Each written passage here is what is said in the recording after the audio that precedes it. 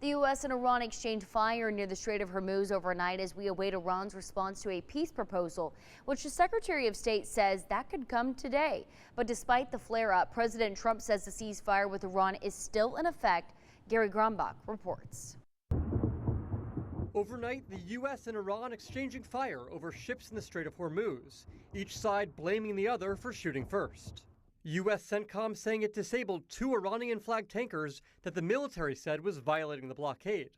And Iran media posting video it says shows its troops seizing a tanker for allegedly trying to disrupt Iran's oil exports. With the stalemate in the strait, no tankers passed through the waterway Thursday. But despite the volley of violence, President Trump says the ceasefire holds. Yet telling NBC News today, the war will be, quote, over when it's over. If there's no ceasefire, you're not going to have to know. You're just going to have to look at one big glow coming out of Iran. Still, he's optimistic the two countries can come to a peace agreement, though Iran has yet to respond to the latest proposal. Secretary of State Rubio says the U.S. should know more today. The hope is it's something that it can put us into a serious process of negotiation.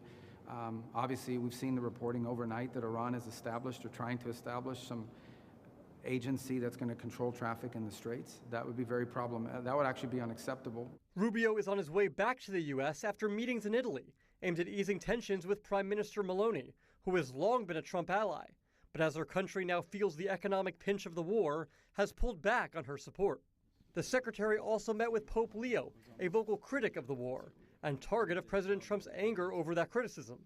But both the Vatican and Rubio emphasized the strong ties between the U.S. and the Church.